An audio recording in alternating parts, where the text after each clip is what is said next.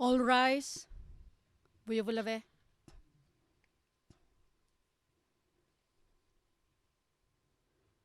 The International Criminal Court is now in session. L'audience de la Cour Pénale Internationale est ouverte. Judge Ibanez Carranza presiding. Please be seated. Veuillez vous asseoir.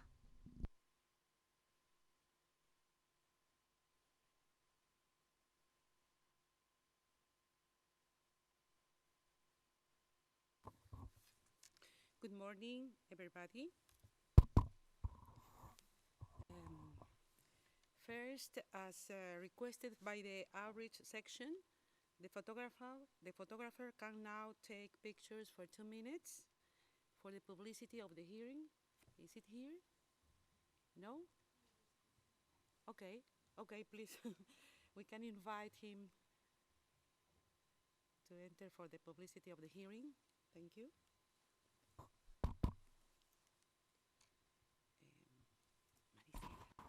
Marisela, mi micro no está funcionando, no escucho nada acá. No está funcionando esto.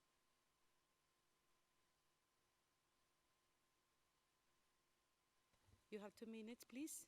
Thank you.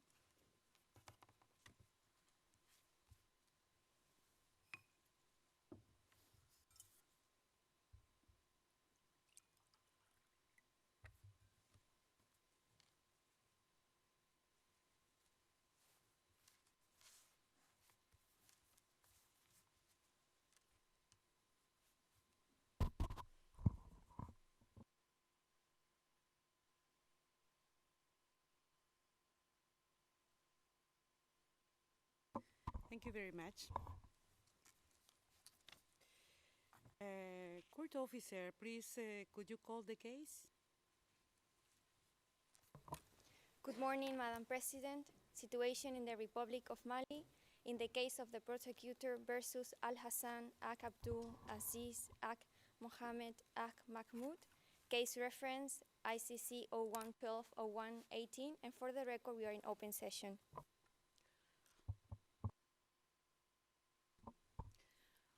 I am Judge Luz del Carmen Ibanez Carranza, presiding in this appeal arising from the case of the prosecutor versus Mr. Al-Hassan Ah Abdul Aziz Ah Mohammed Ah Mahmoud.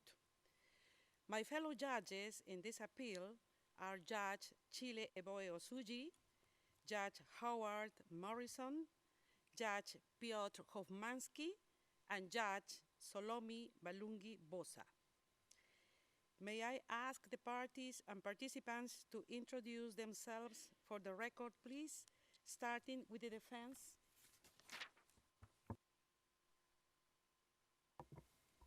Good morning, Madam President. Good morning to my colleagues in the courtroom. My name is Melinda Taylor. I'm appearing on behalf of Mr. Alassane today with my co-counsel, Sarah Baffadel and Mary-Helene Prou, and we are assisted by Giro Suzuki, Mohammed Youssef, Saha Marinia Duse, Walid Mahmoud, and Dolly Chala. And Mr. Alassane is appearing today as well. Thank you. Thank you. Office of the Prosecutor, please. Yes, good morning, Your Honour. My name is Helen Brady. I'm the Senior Appeals Counsel, and I'm appearing today with Mr. George Mangwana, an Appeals Counsel. Thank you. Thank you. Legal representative of victims, please. Bonjour, Madame le juge. L'équipe de représentants légaux est composée de Maître Mayombo Kassongo, de Madame Biégué et Madame Laplage, qui sont le case manager, et de moi-même, Maître Nsita. Je vous remercie. Okay. Well, I see that the legal representative of Mali is not here yet, but he will be arriving. Thank you very much. For the record, I also note that Mr. Al-Hassan is present in the hearing. Today, the appeals chambers will deliver its judgment in the appeal of Mr. Al-Hassan against the decision of pretrial chamber first of 27 September 2019, entitled in French, Décision relative à l'exception d'irrecevabilité pour insuffisance de gravité de l'affaire soulevée par la défense. And in English, decision on the admissibility challenge raised by the defense for insufficient gravity of the case. For the reasons that follow, the appeals chamber unanimously rejects the appeal lodged by Mr. Al-Hassan and confirms the decision of the pretrial chamber.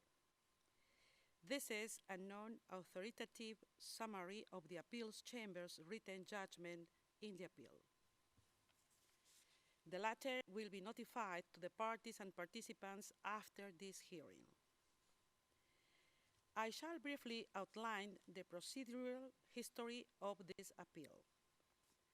On the 27th September 2019, the pretrial chamber rejected Mr. Al-Hassan's challenge that the case brought against him was not of sufficient gravity to justify the further action by the court under Article 17(1)(d) of the statute. It is this decision that is the object of Mr. Al-Hassan's appeal. The pretrial chamber subsequently confirmed the charges of war crimes and crimes against humanity brought against Mr. Al-Hassan. Mr. Al-Hassan filed his appeal brief on the 21st October 2019, and the prosecutor filed her response on 12th November 2019. The victims and the authorities of Mali filed their observations on issues arising in the appeal on 19th November 2019 and 23rd December 2019, respectively.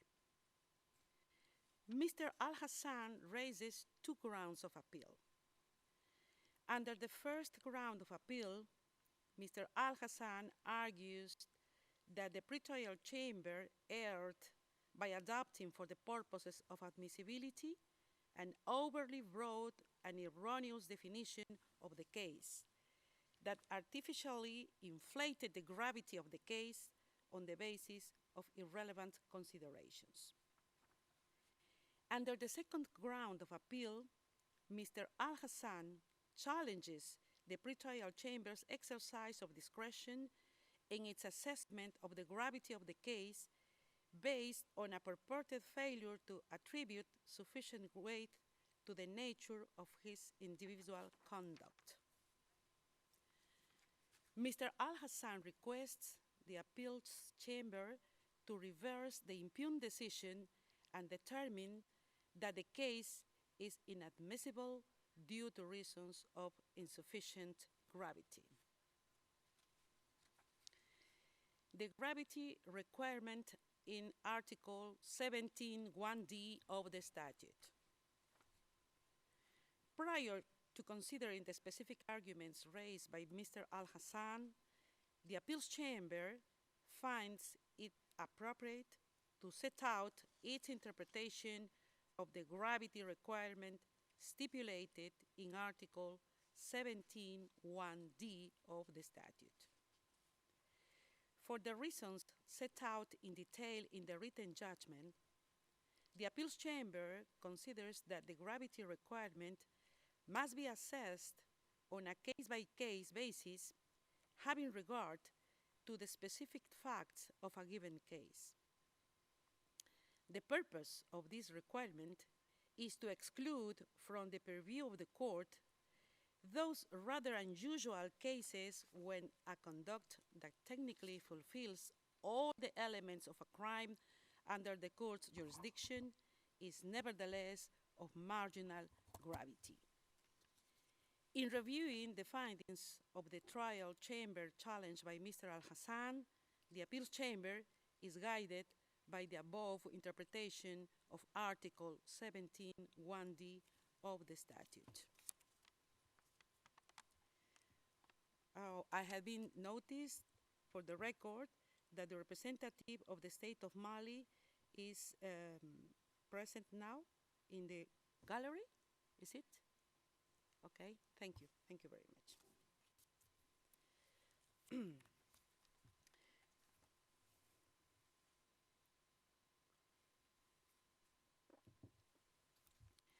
First ground of appeal. I now turn to the first ground of appeal. Mr. Al-Hassan submits that the pretrial chamber ignored the notion of a case for the purposes of Article 17 and relied on vague and broad allegations of criminality. He argues that the pretrial chamber erred by relying on the following factors: allegations of criminality included in the document containing the charges to satisfy the contextual elements which are not linked to Mr. Al-Hassan's conduct. Allegations of criminality that fail to satisfy the requirements of Regulation 52 of the Regulations of the Court in relation to the crime of persecution, and unidentified allegations of criminality set out in an undisclosed victim's applications. In relation to factual allegations underpinning the contextual elements, the Appeals Chamber finds, for reasons further elaborated in the written judgment, that the pretrial chamber did not err in taking into account these allegations in its gravity assessment as they are part of the case to be considered. In the case at hand, it is clear that the circumstances of the alleged attack were not considered in abstract, but in light of the crimes attributed to Mr. Al-Hassan and were thus incident-specific. Moreover, the Appeals Chamber finds no merit in the Mr. Al-Hassan's arguments pertaining to the pretrial chamber's alleged error in considering the charge of persecution in its gravity assessment. The charge of persecution is to a large extent based on the facts underlying counts 1 to 12, which specify historical events defined in time and place and individual victims. In addition, the count of persecution is but one of the 13 charges brought against Mr. Al-Hassan.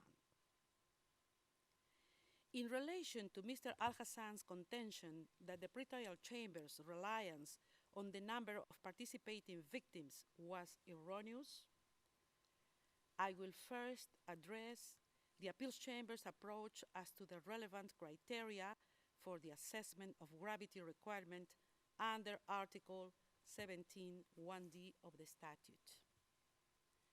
I will then summarize the Appeals Chamber's determination of the matter. In the view of the Appeals Chamber, both quantitative and qualitative criteria are relevant in assessing gravity. The gravity assessment involves a holistic evaluation of all relevant quantitative and qualitative criteria, including to some extent factors pertinent to the determination of the sentence of a convicted person. These may provide some useful guidance in the assessment of gravity. Quantitative criteria alone, including the number of victims, while relevant, are not determinative of the gravity of a given case.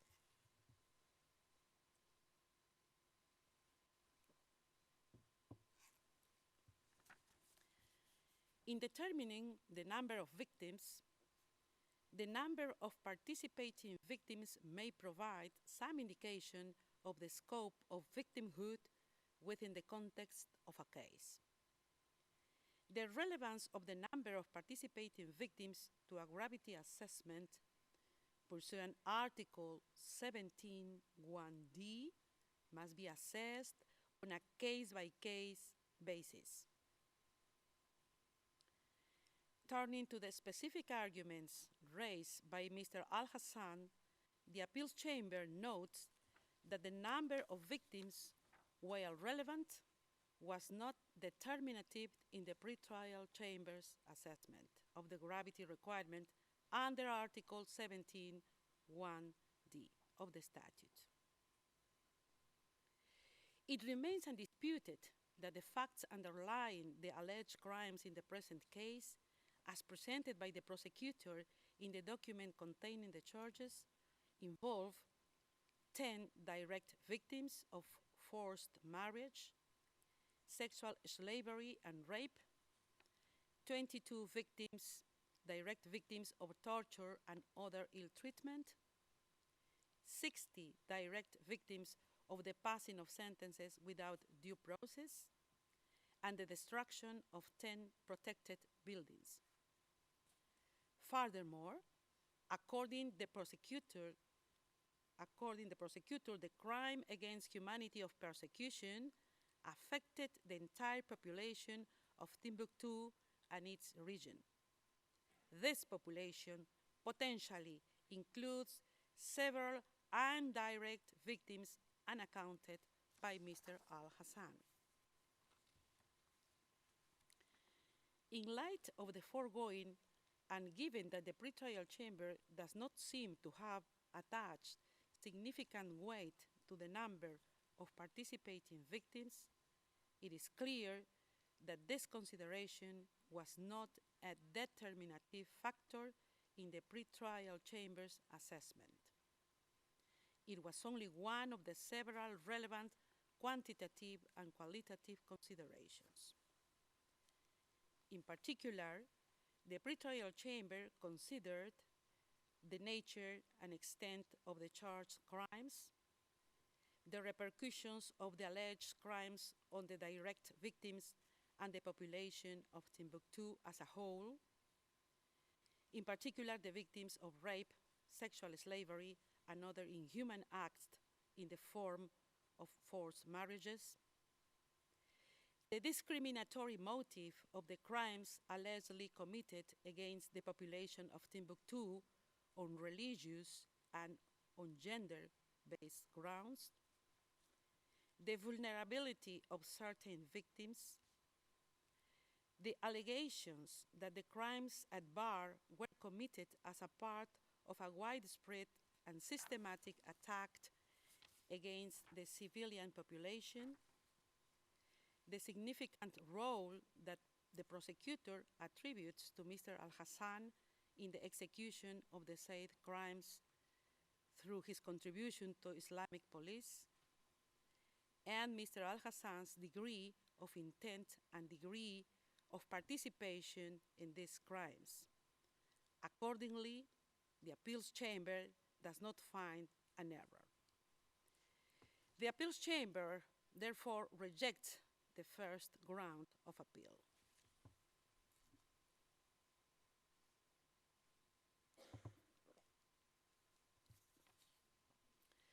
Second ground of appeal. I shall now turn to the second ground of appeal.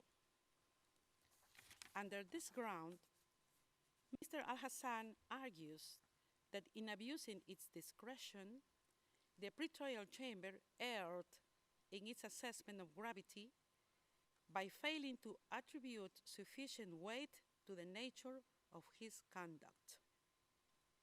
He also maintains that in its assessment, the pretrial chamber placed undue weight on the number of counts with which he had been charged.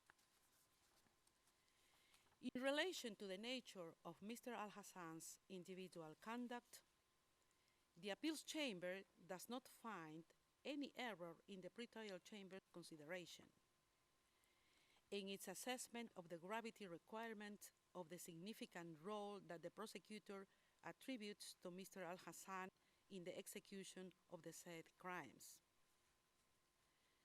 Contrary to the arguments advanced by Mr. Al-Hassan, the pretrial chamber did not consider abstract notions and labels regarding the conduct and role of Mr. Al-Hassan. Rather, it considered the factual allegations presented by prosecutor in support of her submissions concerning the contribution of Mr. Al-Hassan to the alleged crimes. Moreover, contrary to Mr. Al-Hassan's argument, the conduct set out in the document containing the charges does not indicate that his contribution to the crime was minimal.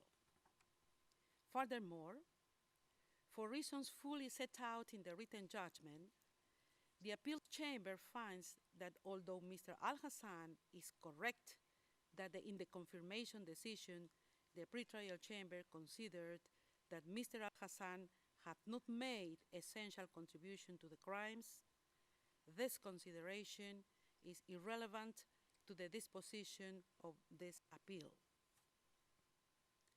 This is because, first, since the confirmation decision was rendered 3 days after the issuance of the impugned decision, findings contained therein cannot be considered.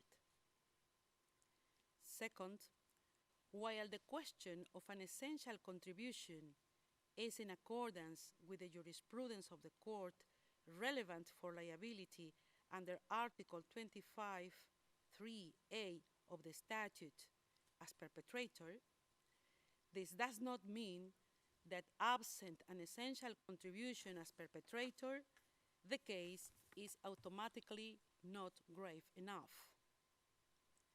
The statute recognizes also other modes of criminal liability, such as complicity, inducement, etc., which do not require this factor of essential contribution. The appeals chamber recalls, in this context, that depending on the circumstances, criminal liability pursuant Articles 25(3)(b), c, and or d of the statute could be equally or more grave than liability under Article 25(3)(a). Turning to Mr. Al-Hassan's submissions that the pretrial chamber erred by placing undue weight on the number of counts with which he had been charged, his main argument is that the pretrial chamber failed to consider the degree of overlap in relation to the underlying conduct relied upon to establish the different charges. In this regard, the appeals chamber finds no error in the pretrial chamber's consideration in its gravity assessment of the nature and scale of the charged crimes.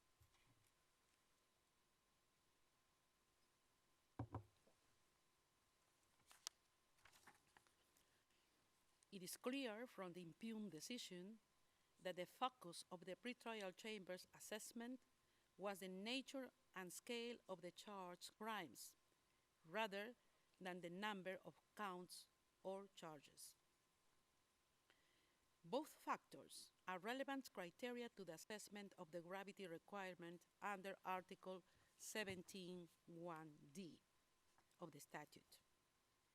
Indeed, in this case, the alleged crimes resulted in the violation of several fundamental human rights, including the physical and mental integrity of the victims and their human dignity, such as the human right to a fair trial, the right to liberty and security of person, the human right of all persons deprived of their liberty to be treated with humanity and with respect for their inherent dignity, the right to freedom of thought, conscience, and religion, and the prohibition on discriminating on the grounds of religion or belief. Furthermore, for reasons fully set out in the written judgment, the appeals chamber considers that the fact that the same underlying acts violated several provisions of the Rome Statute is a relevant consideration for the purposes of assessing the gravity requirement under Article 71D of the statute. In light of the foregoing considerations, the appeals chamber rejects the second ground of appeal. Finally, in an appeal pursuant to Article 82(1)(a) of the statute, the appeals chamber may confirm, reverse, or amend the decision appealed. In the present case, given that the appeals chamber has rejected all grounds of appeal as the pretrial chamber did not err in its determination that the case brought against Mr. Al-Hassan meets the gravity requirement within the meaning of Article 17(1)(d) of the statute, and its conclusions were not unreasonable and did not amount to an abuse of discretion, it is appropriate to confirm the impugned decision.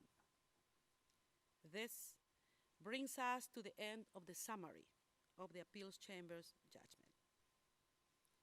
I would like now to thank the court reports, interpreters, and other registry staff for their valuable assistance today in holding this hearing. The hearing is adjourned. All rise. Veuillez vous lever.